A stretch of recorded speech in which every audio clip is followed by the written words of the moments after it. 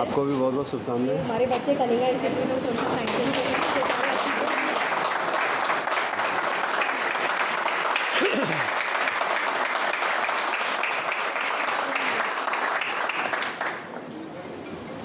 Sir, हम Kalinga institute of social sciences Delhi government senior secondary residential school Isapur से आए हैं और हमारे जो अभी 10th क्लास का बोर्ड का एग्ज़ाम था उसमें 100% रिज़ल्ट आया सर, और इतना अच्छा बच्चों ने परफॉर्म किया है। ऑलमोस्ट 40% बच्चों की फर्स्ट डिवीज़न है सर। और जो हमारे हाईएस्ट मार्क्स हैं अभी, ये जो सरहीन सिद्दीकी हैं, इनके फर्स्ट पोजीशन आई है 10th क्लास में सर। अनुष्का है 73% स्कोर किया है इन्होंने। उसके अलावा सर, हाँ बुला लेने की कर सरहीन को बुला, अभी बुला लेते थे तो चलो।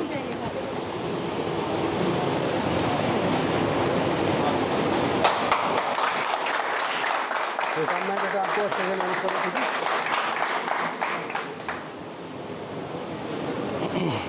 सर इसमें 95 मार्क्स 95 मार्क्स हाईएस्ट मार्क्स आए हैं सब्जेक्ट में और 73% ऑल ओवर स्कोर किया है। उसके अलावा सर जोनल में हमारी बहुत सारी, हमने जोनल में पार्टिसिपेट कर रहे हैं तो हमारी बहुत सारी पोजीशन सारी हैं। फोक डांस में हम 3rd आए हैं सर पूरे जोन में, जिसमें कि 50 स्कूल हैं। 3rd पोजीशन आई है हमारी जोन में।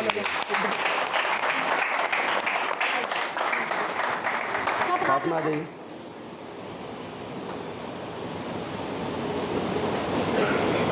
बहुत बहुत शुभकामनाएं आपकी टीम को, ठीक है। सर फ्लाइंग बॉल कंपटीशन हुआ था, उसमें हम नेशनल में 2nd आए हैं और उसमें अराउंड 8 स्टेट्स ने पार्टिसिपेट किया था, जिसको हमने हरियाणा के डिस्ट्रिक्ट रेवाड़ी में खेला था सर। अच्छा, कौन सा गेम? Flying ball. अच्छा, ओके सर, ये 2nd पोजीशन हमें मिली थी। चलिए, शुभकामनाएं बेटा आपको।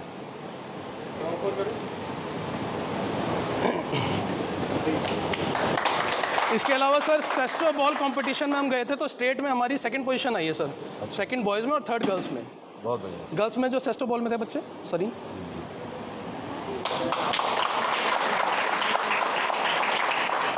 बहुत बहुत शुभकामनाएं आपको। सर नेट बॉल में जोन में हमारी 2nd पोजीशन आई है जो पूरे जोन में। तो नेट बॉल के बच्चे एक बार आइए।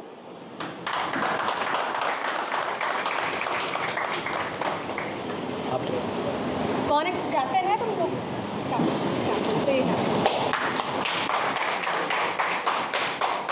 बहुत बहुत शुभकामनाएं आपको।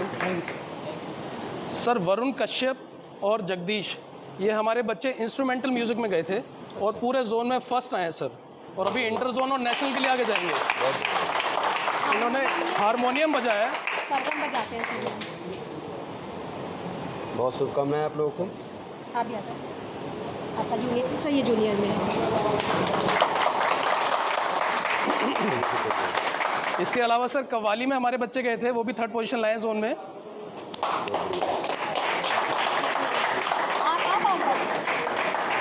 आप इधर आओ सरवीन, साथ में आओ सारे पीछे। जमानत आप। शुभकामनाएं आपकी टीम को। Thank you sir. और सर नज़्म में हमारे बच्चों ने पार्टिसिपेट किया था जो कि उर्दू में थी, तो उर्दू में भी दोनों चीज़ सुनने को भी मिलेंगी अभी नहीं? सर बिल्कुल सर, बिल्कुल फिर ठीक है। सर उर्दू में हमारे बच्चे ने 2nd किया है जोनल में। अच्छा। उर्दू नज़्म में। तो इनका भाई है सर, उसकी आज तबीयत ख़राब थी। तो ज़मानत है, आइए।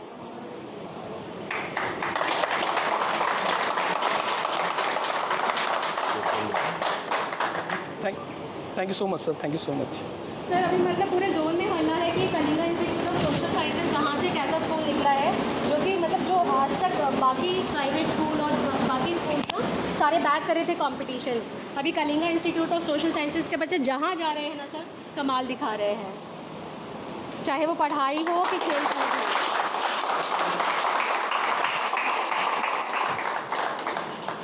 अब कौन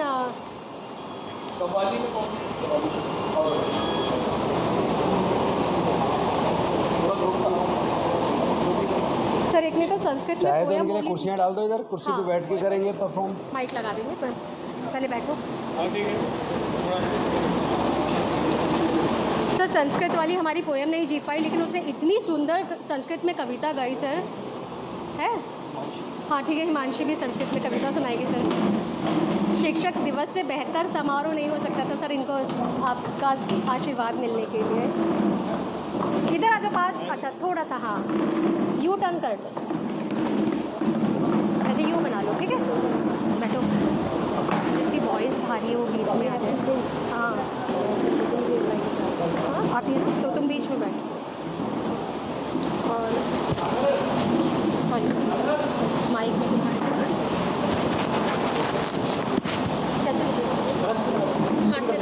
हाथ में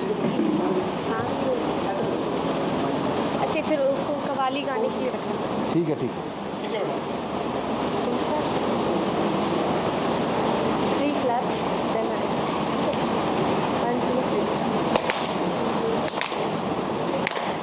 अपने अमल से दुनिया को रोशन करेंगे हम, अपने अमल से दुनिया को रोशन करेंगे हम, अपने हर एक कौल को पूरा करेंगे हम, अपने हर एक कौल को पूरा करेंगे हम, अपने अमल से दुनिया को रोशन करेंगे हम, अपने अमल से दुनिया को रोशन करेंगे हम,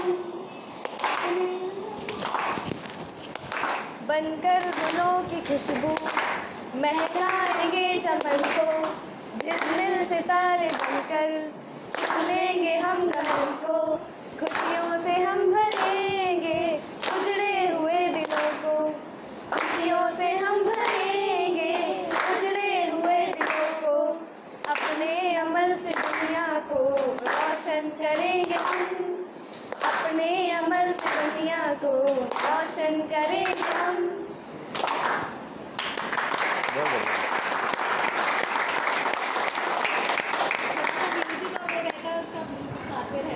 बहुत अच्छा, थैंक यू। जाओ अपनी जगह पे। संस्कृत में जिसने बोलना है आ जाओ। खड़े होकर सुनाओगे बैठ के? हाँ, लो पकड़ो। शुक्लां ब्रह्मा विचार सार परमा, माध्यां जगद्व्यापिनी, वीणा पुस्तक धारिणीं अभयधाम, जाड्यान्धिकारापहां, हस्ति स्फाटिक मालिका विदधति, पद्मासने संस्थितां, वन्दे तां परमेश्वरी भगवती, बुद्धिप्रदां शारदां, बुद्धिप्रदां शारदां, निनादेन वीणा मयि वाणि वीणा, निनादेन वीणा मयि वाणि वीणा, मृदुं गाय गीतिं ललितनीतिलीना, मधुरमञ्जरी पिञ्जरीभूत माला, मधुरमञ्जरी पिञ्जरीभूत माला, निनादेन वीणा मयि वाणि वीणा। बहुत बढ़िया।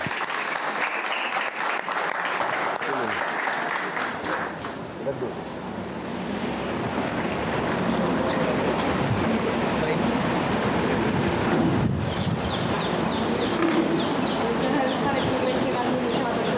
सबको खिलाओ। सब करा ले आप।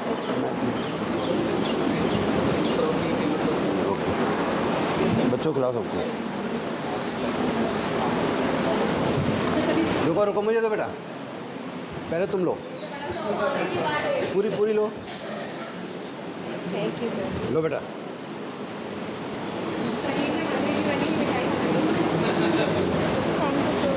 बहुत बढ़िया। लो बेटा, तुम भी लेते रहो वहीं से तुरंत।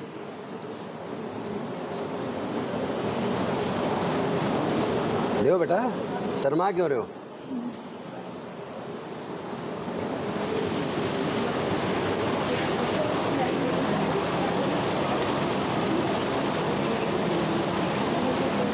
वेलकम बेटे। बस अच्छे से पढ़ाई करो, तुम कुछ करके दिखाओ बहुत अच्छा, ठीक है?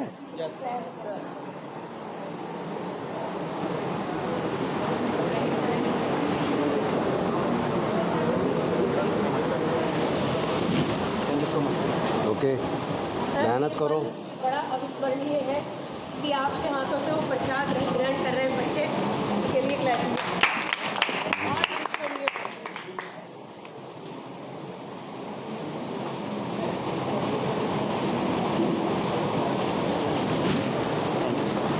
ओके, कौन सी क्लास में हो? 10वीं, 10th, 11th में आए हुए हैं? 12th में।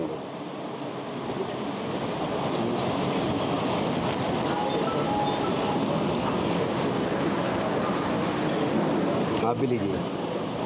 सर हम लोग NGO से हैं, आपसे स्पेशली मिलना चाहते हैं। प्रोग्राम है आपकी कंस्टिट्यूंसी में, DM साहब की हाउस में काम करना चाहते हैं, ताकि आपके साथ हैं। आप भी लो, एक और खोल लो। आप लो, जी सर, लो आप लो, आप लो। सब आगे इधर भी दो और उधर पीछे भी दे दो, ठीक है।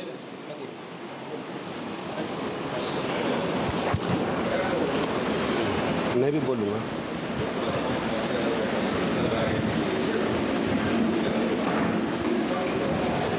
ये देखे ज़रा, बैठो, फिर थोड़ी में बातचीत करते हैं हम लोग भी।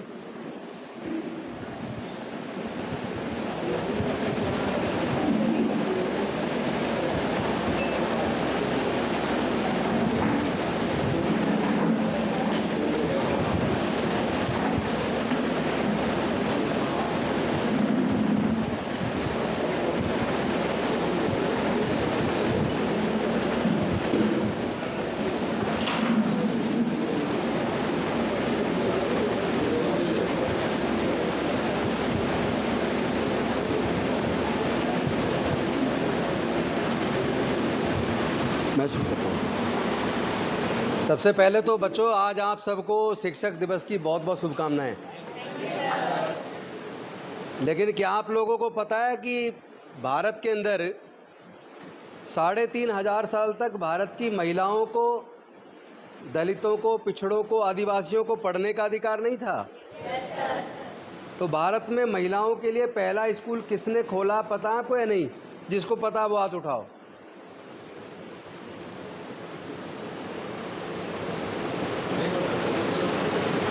ये तो गलती आपकी है जी, आप पढ़ा नहीं रहे हो इनको। बताओ। हाँ? महिलाओं के लिए पहला स्कूल सावित्रीबाई फूले ने खोला। ज्योतिबा फूले जी की पत्नी अनपढ़ थी, चूंकि महिलाओं को पढ़ने का अधिकार नहीं था, तो पहले ज्योतिबा फूले जी ने अपनी पत्नी को पढ़ाया। फिर उनकी पत्नी ने फातिमा शेख के साथ मिलकर 1 जनवरी 1848 को भारत में महिलाओं के लिए पहला स्कूल खोला। और जब पहला स्कूल खोला तो उनके ऊपर बहुत हमले हुए कि ये तो धर्म के ऊपर हमला है, हमारा धर्म महिलाओं को पढ़ने की इजाज़त नहीं देता, इसको स्कूल को बंद करो। और उन्होंने ज्योतिबा फूले के पिताजी को कहा कि या तो आप अपने लड़के को और उसकी पत्नी को कहो कि वो महिलाओं का स्कूल बंद करे, और वो अगर ऐसा नहीं करेगा तो तुम्हारा सामाजिक बहिष्कार कर दिया जाएगा।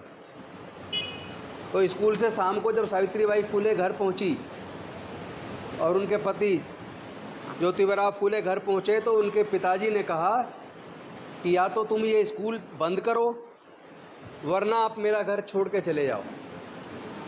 तो सावित्रीबाई फूले और उनके पिताजी उनके पति ज्योतिबा फूले, उन लोगों ने स्कूल बंद करने से साफ इनकार कर दिया और अपने पिताजी का घर छोड़ दिया।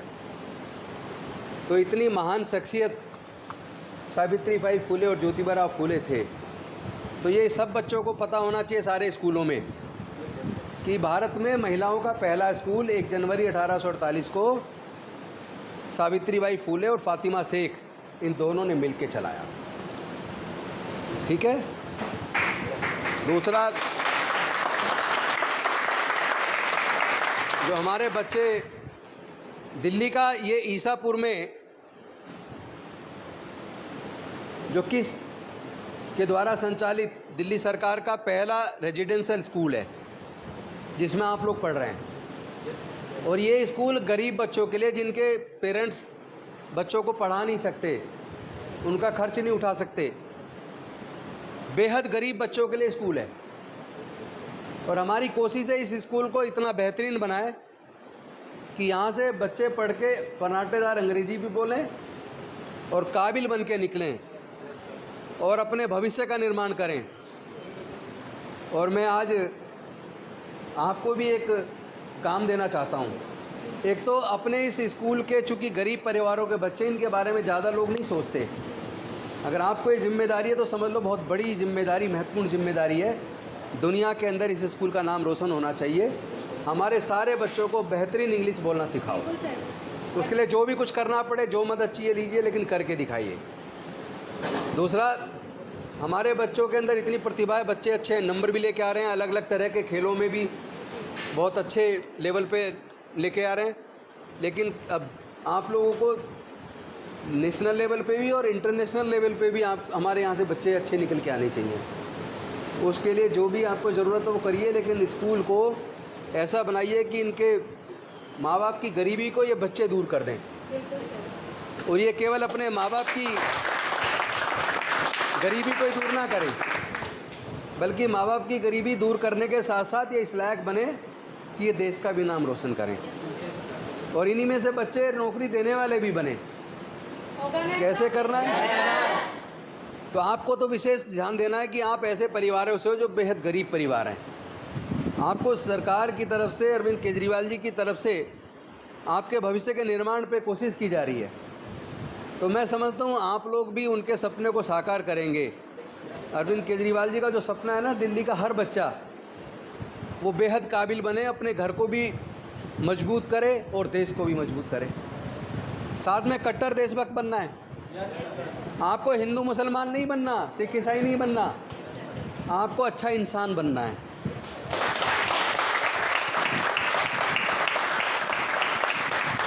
आपको किसी भी प्रकार के अंधविश्वास में भरोसा नहीं करना। अंधविश्वास, पाखंडवाद से कुछ नहीं मिलना।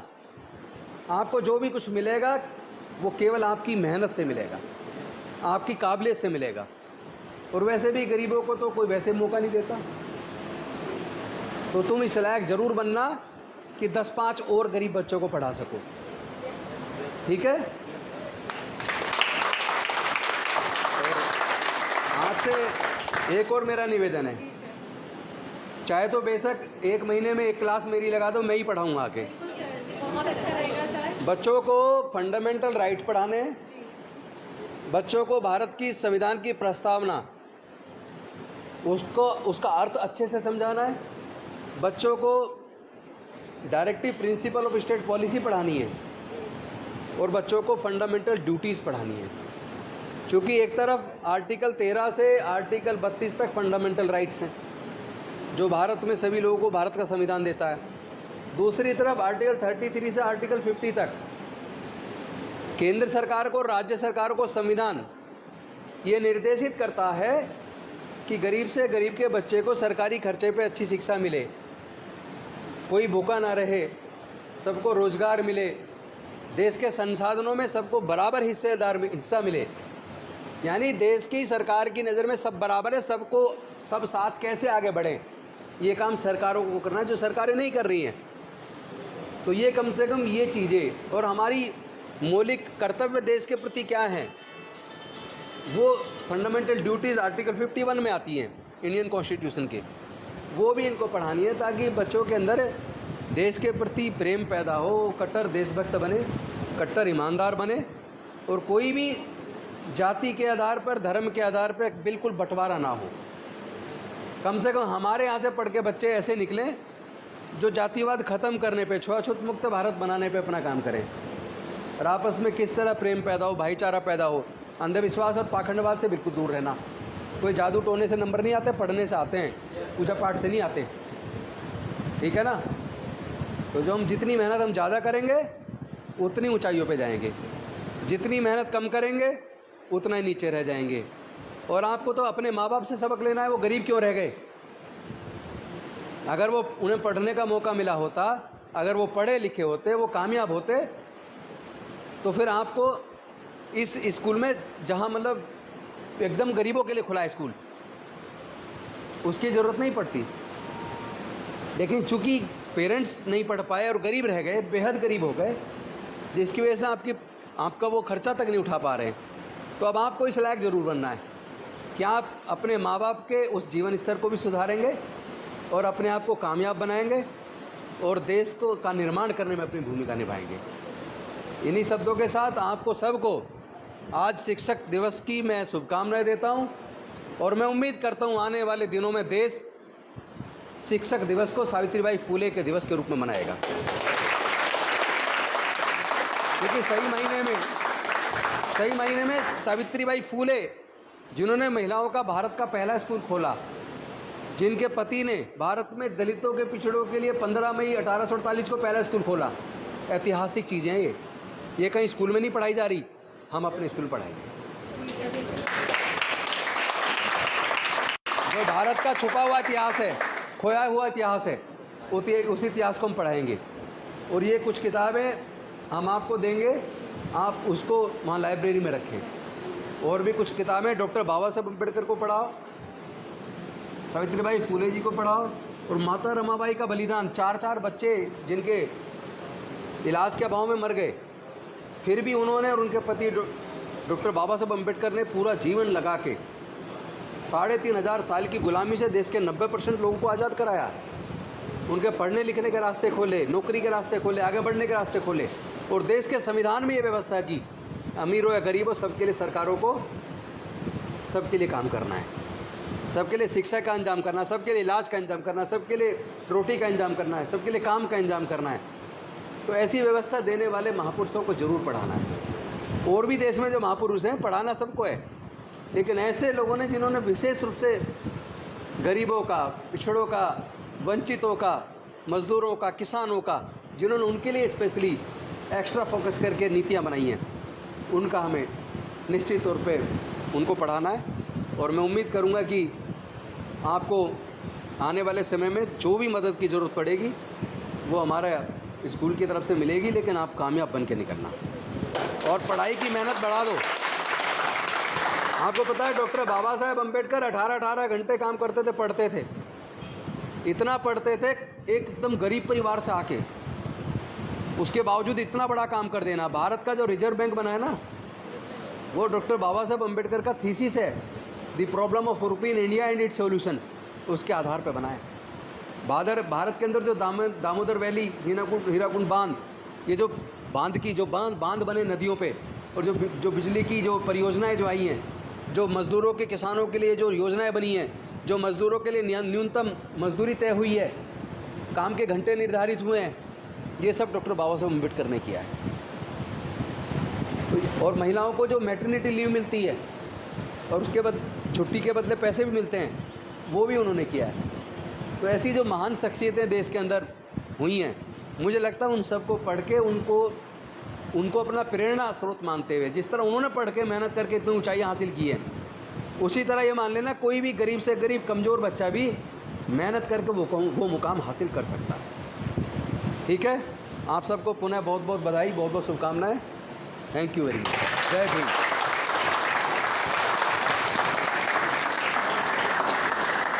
So this is the best teaching of our life. So thank you so much. Thank you so much.